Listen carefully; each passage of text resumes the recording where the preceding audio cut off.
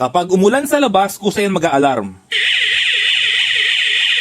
Paano nga ba gawin at paganahin ang rain sensor? Baka kala nyo, sa YT ko na naman nakapanood to, no? Maghanap kayo sa YT kung meron naka-upload na ganitong klaseng module.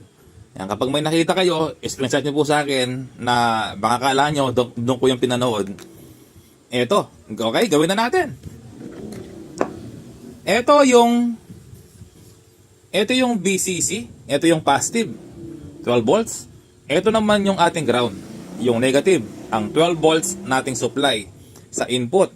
Okay, so bali ito po yung positive at negative. Ito naman, yung dalawa na yan, kahit magkabaliktad yung pagkakalagay sa ating connector sa raindrop, ito yung ating raindrop module. Okay, so baliktaran po yan, kahit magkabaliktad ay walang problema. Okay, so ganito po ginagamit yan. Lalagay po dito ang connector. Pinapasok po dito. Tapos lalagay dito. Okay.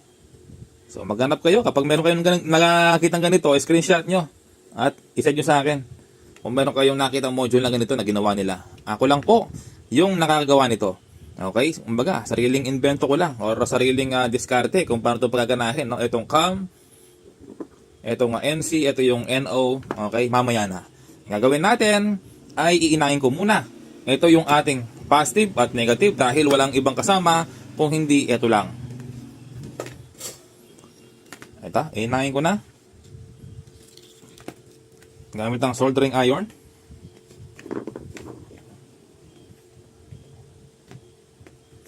Ayan, yung aking frame na whiteboard. Sira na.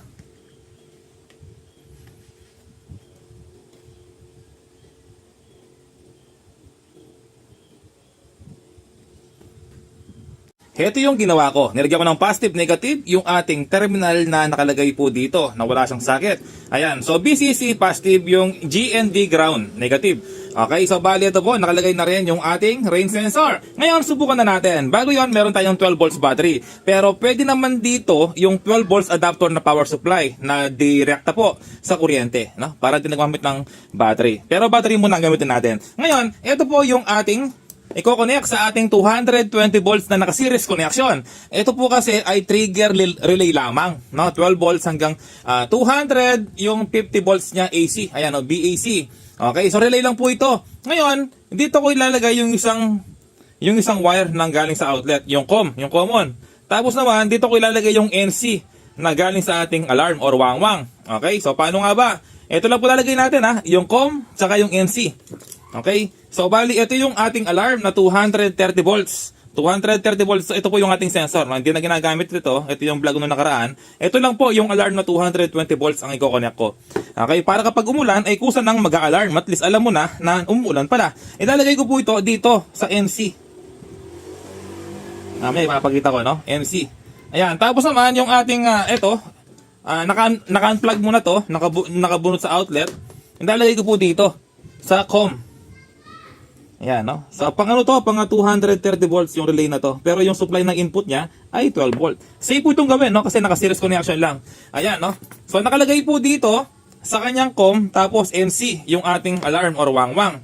Okay? So, ngayon, subukan na natin. Bago yun, i-connect ko muna dito sa ating wangwang yung isang wire. Naka-series connection lang po ito. Okay? Tapos, for safety, electrical tape po natin. Ayan. So, dalagyan ko po ng babasahan kasi para hindi ma-short sa ilalim. No? Kasi po, open siya. Oh. Open sa ilalim. Ayan. Kapag nabasa po ito, ay kusa na mag-alarm or magwawangwang yung ating sensor. Okay. Subukan na natin. Ito po yung ating connector na positive-negative. Huwag magkakamali. Yung BCC ay positive. Tapos yung GND, ito po yung ground. Ayan po. May ilaw na. Tapos, i-plug ko na sa outlet, ito, yung ating 230 volts, naka-plug na. Tapos, kapag po ito nabasa sa ulan, ay kusa na mag-alarm yung ating 230 volts. Meron tayong tubig. Okay, subukan na natin. Kapag umulan, ano mangyayari?